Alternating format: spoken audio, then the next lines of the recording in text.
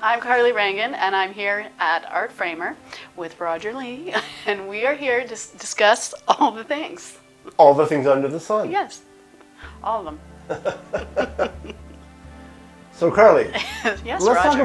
talk about where your ideas come from, in so far as your painting is concerned.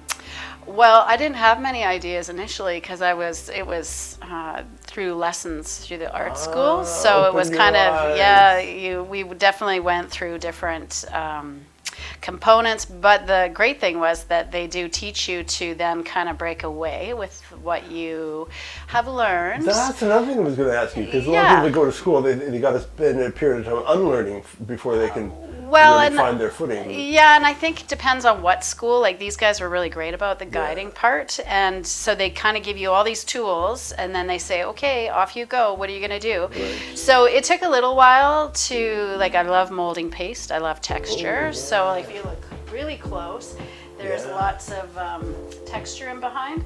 So yeah, I started just playing around, and I've just always been drawn to abstracts, so I tend to go that way. So when I think of abstracts, they're actually one of the hardest. So you need to find a composition, your colors. Yeah, like you said, there's a subliminal effect that. Well, they have to be pleasing to the eye, and there's certain things you don't want to do that's not pleasing, like you just leaving things floating, or like you want to have them kind of attached. So there's kind of all these things that you think about. So as I was practicing playing.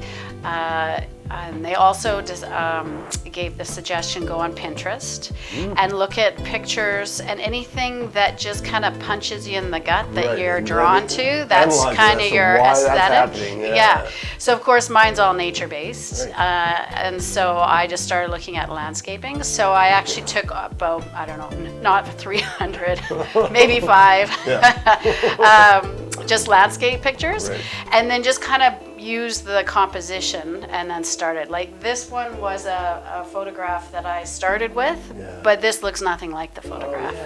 So it just kind of gives you, okay, so I'm going to do light up here, dark over here, and so does that answer your question? Yeah. And I am long rambling. Yeah, that's perfect. No, and I'm going deeper. I mean, were you immediately into applying color, or like you're saying, more were your first impulses were to prepare a texture or a backdrop? Well, and it's interesting because if people suggest that I should do this and I just haven't done it, that I should actually film start to finish. Because this never looks how it starts. No kidding. Like, it's just about applying a paint, just to get paint on the canvas, and then it goes through this really ugly period, and then I just stand there and go, okay, well, you better start talking to me because I don't know what you're going to be yet. Right.